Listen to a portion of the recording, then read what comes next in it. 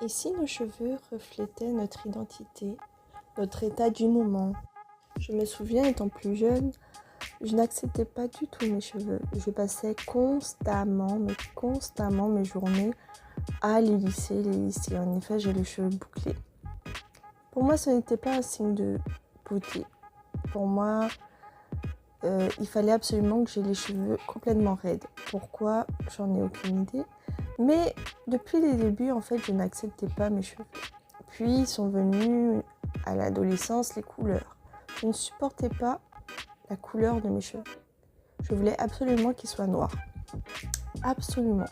Après, j'ai changé en fonction de mes traumatismes. Car en effet, nous savons bien que, surtout en tant que femme, à chaque fois qu'on vit un moment difficile, une période de notre vie où il y a énormément de changements, ou peut-être des chocs émotionnels, nous avons tendance à changer nos cheveux, les couper, faire des couleurs, changer de tête. Pour nous, c'est un signe de renouveau. Les cheveux sont également un signe de santé, car nous savons bien que dès que nous avons un peu de stress, ou nous sommes chamboulés, nous avons tout de suite des pertes de cheveux. Dans ma culture également, on nous explique que n'importe qui ne doit pas toucher tes cheveux, tu ne dois pas te faire coiffer par n'importe qui, car tes cheveux sont des espèces de portails où des énergies peuvent être échangées. C'est-à-dire quelqu'un avec de mauvaises intentions qui va te coiffer peut t'apporter des malheurs ou peut t'apporter ses mauvaises énergies ou peut-être même te voler ta chance. Ça encore, ce sont des croyances et on peut parfaitement ne pas y croire.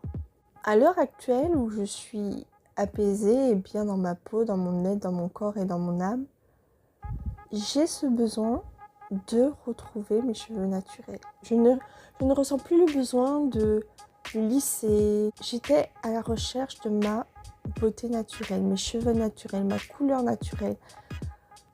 J'ai l'impression qu'en fait, quand on accepte d'être soi, on accepte d'être soi dans la totalité.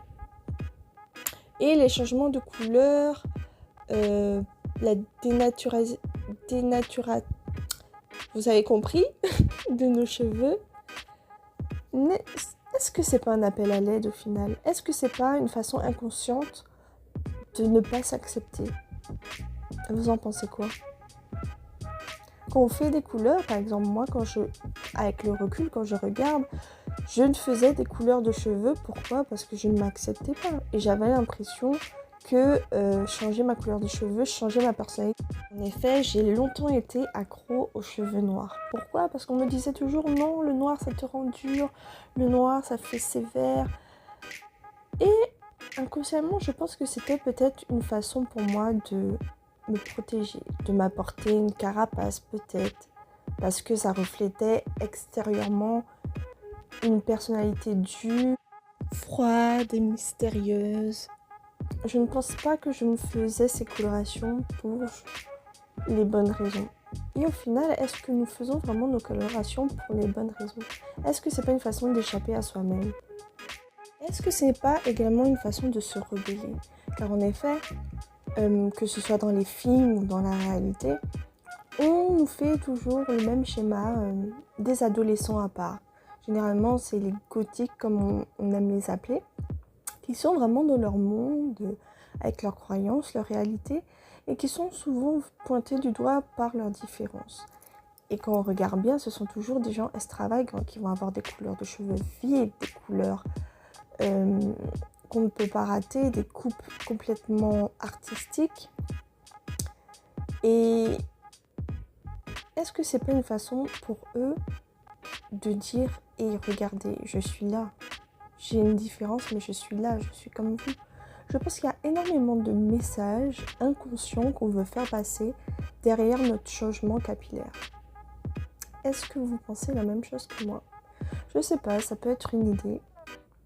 Je me rappelle, il y avait une phrase qu'une prof à moi m'avait dite qui m'avait marquée.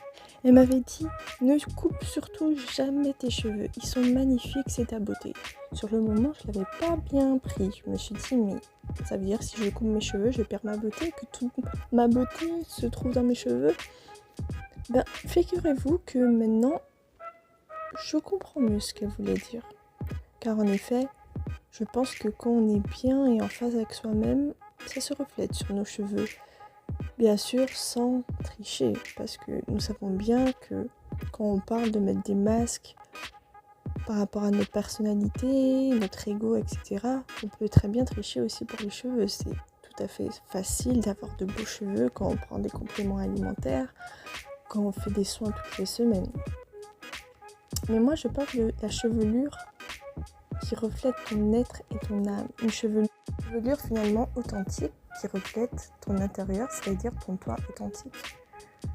Si nous apprenons à écouter le message qui se cache derrière nos cheveux, quand nous avons une coloration à faire ou nous avons une impulsion de vouloir changer de tête, posons-nous vraiment la question: qu'est-ce que cela reflète chez moi? Qu'est-ce que j'ai besoin d'exprimer? Qu'est-ce que j'ai besoin de cacher? Ne me répondez pas: non, rien du tout, j'avais juste envie de changer de tête. C'est pas ce genre de réponse-là que j'attends, sinon vous imaginez bien que c'est trop facile. Prendre le temps de s'écouter, de s'analyser, de vraiment rentrer dans son intérieur et se poser les bonnes questions. Sans se mentir à soi-même, sans laisser l'ego prendre le dessus. Je pense que c'est un point qu'on peut travailler, qui mérite peut-être notre attention. Bon, en attendant, je vous fais des bisous et je vous dis à la prochaine vidéo. Bye!